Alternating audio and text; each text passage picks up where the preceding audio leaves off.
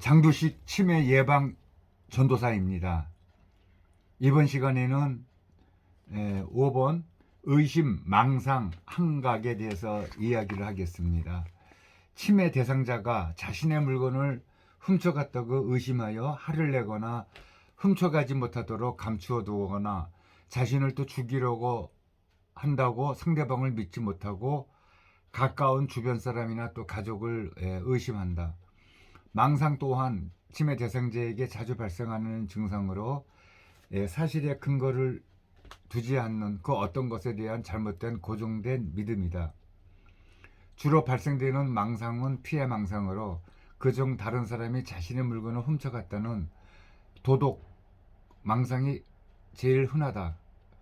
또한 보이지 않는 사물이나 사람을 보거나 없는 사람과 대화를 나누는 그 환각 증상을 또 보일 수도 있다. 그 환각이라고 하는 것은 실제로 존재하지 않는데 존재하는 것처럼 느끼는 것인데, 예를 들어 주위에 아무것도 없는데 소리를 듣거나 음식이 없는데도 고기를 굽는 냄새를 맡거나 또 있지도 않은 그 물체를 잡으려고 또 하는 경우, 여러 가지가 있습니다. 그 기본 원칙으로 그 치매 대상자의 감정을 또 이해하고 수용해야 된다. 그 옆에서 도와주는 사람이 있으면 또 치매 대상자가 보고 들은 것에 대해 아니라고 부정하거나 다투지 않는다. 뭐 치매 대상자가 뭐 환각 증상이 있어서 여러 가지로 뭐 이렇게 그 어떠한 물체가 없는데도 물체하고 이 얘기를 한다든지 이상한 행동을 하더라도 아니라고 또 뭐 부정을 하거나 그것 때문에 뭐 다투거나 이제 그렇게 하면 안 된다는 이야기가 되고, 세 번째, 치매 대상자 앞에서 다른 사람들에게 치매 대상자의 의심이나 행동, 또 치매 대상자가 잊어버렸다고 의심하는 물건을 또 뭐 이야기하거나 조롱하는 말투를 사용하지 않으며 또한 귓속말을 하지 않도록 주의한다. 치매 대상자도 눈이 있어서 그 상대방이 이렇게 딴 사람하고 이제 귓속말로 얘기를 한다 그러면 그건 또 굉장히 무의식 중이겠지만 또 싫어합니다.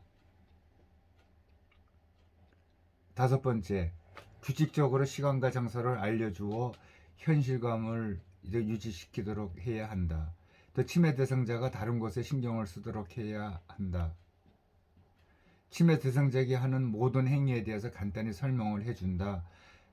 예를 들어서 이제 그 가족이나 요양보호사가 치매 대상자에게 도움을 주려고 한다는 확신을 갖게 한다. 옆에서 정성껏 이렇게 그 도와주는 그런 모습을 보여주면은 그 치매 대상자도 뭐 중증이 아닌 이상에는 어느 정도 파악합니다. 그리고 참고로 치매 대상자가 의심이 많은 이유에 대해서 말씀을 드리면, 치매 대상자는 자신의 경험과 주위 환경을 이해하는 것이 점차 또 어려워지기 때문에, 또한 물건을 놓는 장소를 점차 또 기억을 하지 못하기 때문에 대상자는 이런 상황들에 대한 수용이 어려워서 주변 사람을 의심하는 경우가 많이 있습니다. 대상자를 돌봐주는 가족이 주로 의심의 대상이 되죠. 그러니까 이제 그 치매 대상자가 의심하는 사람들은 뭐 가족이나 그 옆에서 뭐 돌봐주는 요양원 같으면은 그 왔다 갔다 하는 그 요양 보호사를 의심을 많이 합니다. 그래서 요양 보호사가 지나가면은 내 물건 그 가져간 거 돌려달라고 막 쫓아다니면서 그 얘기하는 것을 많이 보았습니다.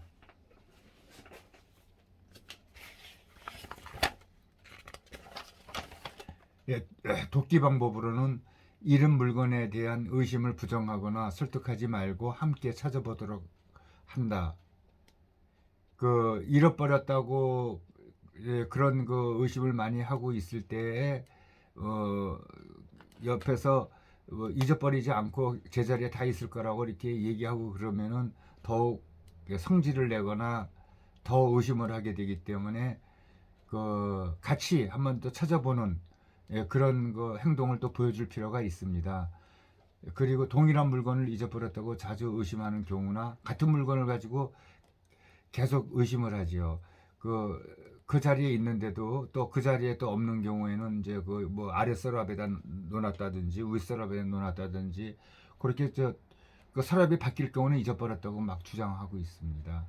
침해 대상자가 물건을 놓는 장소를 또 파악을 해야 됩니다.